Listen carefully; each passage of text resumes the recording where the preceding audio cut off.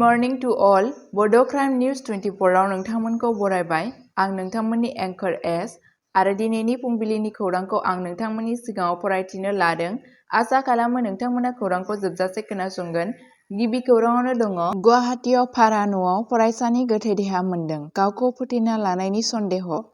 गुवाहाटीनिफ्राय मोनसे दुखुनांथाव जाथाया सोराङाव फैदों।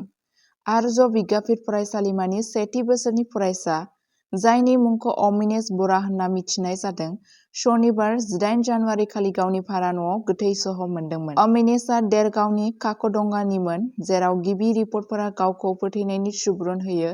नखरा गाज्रि गेलेनायनि गोब्राब अजद दैखांदों। बिथांमोनहा फोथायो दि बियो मोनसे सिगांनिफ्रायनो साननानै बुथारनाय जानो हागौ आरो बिबानगिरिफोरखौ मोजाङै नायबिजिरनो खावलायगासिनो दं। अमिनेशआ सासे गोरों आरो आखा-फाखा फरायसामोन। बिथाङा बावैसो गावनि नखरजों बिहु फालिनायनि उनाव गुवाहाटी फैफिनदोंमोन, सोरखारजों होजानाय साखा खबनै गारिखौ लाबोदोंमोन।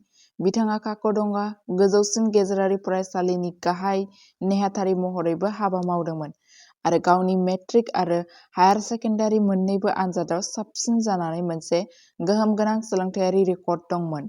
खौरां मोन्नाय बादिब्ला बे जाथाया 16 जानुवारियाव जादोंमोन। बिबानगिरिफोरा आथिखालाव बिथांनि अबिथिरारि रुंसारि जानायनि गुबै जाथायफोरखौ थि खालामनो थाखाय नायबिजिरगासिनो दं। नैथि खौराङावनो दङ कक्राझाराव गोख्रों हेंथा दिन्थिफुंनाय नुनो मोन्दों। न' र'ड न' भट स्लगान होदों।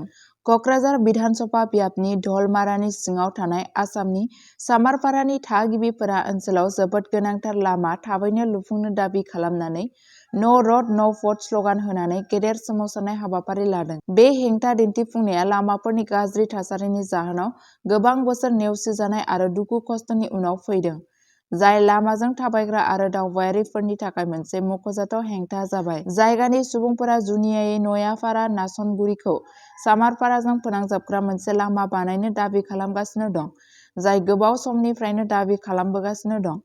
मोनसे नेमखान्थि बादियै थागिबिफोरा कक्राझार डेपुटि कमिशनारनि गेजेरजों आसाम चिफ मिनिस्टार हिमन्त बिश्व शर्मा आरो बिटिआरनि गाहाय प्रमद बर'नो गांसे गोसोखां बिलाइ गथायदों आरो जेंनाखौ सुस्रांनायाव बिथांमोननि आखाय होनो खावलायदों। सोमावसारगिरिफोरा मोनसे गोख्रों सांग्रांथि रादाबफोर फोसावदों दि जुदि बिथांमोननि दाबिफोरखौ लुफुंनाय जाया, अब्ला बिसोरो फैबाय थानाय बिसायख'थियाव भट नेवसिगोन। उदांस्रिनि 10 बोसोर थासेयावबो नांगौ रोखोमनि रोगाथाइनि सुबिदाफोरनि आंखालआ बे ओनसोलाव 500निबो बांसिन फरायसालियाव थांनाय गथ'फोर आरो एम्बुलेन्स सिबिथायनि गोनांथि जानाय बेरामिफोरखौ गुदि सौहैनायनिफ्राय गोजानाव दोनबाय थादों। दैज्लां बोथोरनि समाव लामाफोरा हान्थु गोथौ दै लोमनायाव लामायाव सोलायो, जायनि थाखाय जायगायारि सुबुंफोरनि थाखाय थांलाय फैलाय खालामनाया मोनसे सहायथावै जेंना खालामो।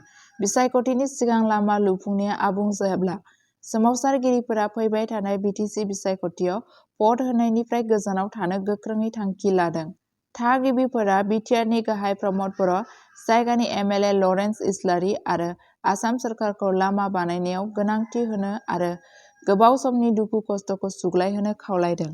थामथि खौराङावनो दङ उत्तर प्रदेशनि देवारियाव उन्दै हिनजावसाखौ जिनाहारि लोगोफोरजों जिनाहारि खालामदों। उत्तर प्रदेशनि देवारियाव मोनसे जिंगासिनो गोनां जाथाय सोराङाव फैदों, जेराव सासे 15 बोसोर बैसोनि हिनजावसाखौ बिनि सानै लोगोफोरा जिनाहारि खालामदों होनना खौराङाव मिथिनो मोननाय जादों, जायनि गेजेराव सासेया उन्दै गथ'सा। पुलिसनि बादिब्ला बे जाथाया 3 जानुवारियाव रुद्रपुर पुलिस थानानि सिङाव थानाय मोनसे गामियाव जादोंमोन। हिनजावसाया आथिखालाव जायगानि देहा फाहामसालियाव फाहामथाय लागासिनो दं। पुलिसआ सानै दायनिगिरिफोरखौ नागिरगासिनो दं, जायनि बैसोआ 15 आरो 18 बोसोर। बबेखानि हौवासानि नखरा अजद होदों दि बिनि 3 लोगोफोरा बिखौ जिनाहारि खालामदोंमोन, जायफोरा सिगाङाव मुम्बाइआव बिखौ साख्रि होनायनि मुङाव गाग्लोबदोंमोन। नखरनि सुबुंफोरा दाबि खालामो दि दायनिगिरिया हिनजावसाखौ फेग्रा मुवा होदोंमोन, जाय बिखौ हुस गैयै खालामदोंमोन आरो उनाव दायखौ मावदोंमोन। पुलिसआ जाथायनि सायाव नायबिजिरगासिनो दं। ब्रैथि खौराङावनो दङ बङाइगावआव ड्राग्सनि बेरेखा केम्पेइनआव 1.7 कौटि रांनि फेग्रा बेसाद सिलिंखार खालामदों। बङाइगावआव 1.7 कौटि रांनि फेग्रा बेसाद सिलिंखार खालामदों। बङाइगाव जिल्ला पुलिसआ हिर'इन, कफ सिराप, गान्जा आरो याबा टेब्लेटजों लोगोसे 1.7 कोटि रांनि फेग्रा मुवा बेसादफोरखौ फोजोबस्रांदों। मावख'आरिफोरनि नुजाथिनायाव बिरजरा साहा बागानाव बेसादखौ सावनाय जादोंमोन। उफ्रा एसपि नेकादय सिंगेसनआ बिमा-बिफाफोरखौ सोलोंथायाव गोसो होनो आरो लाइमोनफोरखौ फेग्रा मुवा सिबिनायनिफ्राय रैखाथि होनो थाखाय सांग्रां थानो खावलायदोंमोन। सिलिंखार खालामजानाय बेसादफोरनि मादावनो दङ हेर'इन 14 केजि, याबा टेब्लेट 15 लाख, केनाबिस 6 कौटि, 15 लाख केजि पेनिसिलिन, कफ सिराप 2.83 लाख बथलफोर आरो गुबुन केप्सुल आरो टेब्लेटफोर 51,000 डिआइजि साइकिया आरो एसपि दासआ बावैसो दानफोराव 196 ड्राग्स फालांगिगिरिफोरखौ हमनायनि बागै बाख्नायदोंमोन आरो फेग्रा मुवाजों सोमोन्दो थानाय दायफोरखौ फोजोबस्रांनो आसा खालामदों। 5थि खौराङावनो दङ आसाम त्रिपुरा सिमनायाव 22 लाख रांनि होबथानाय कफ सिराप जब्द खालामदों।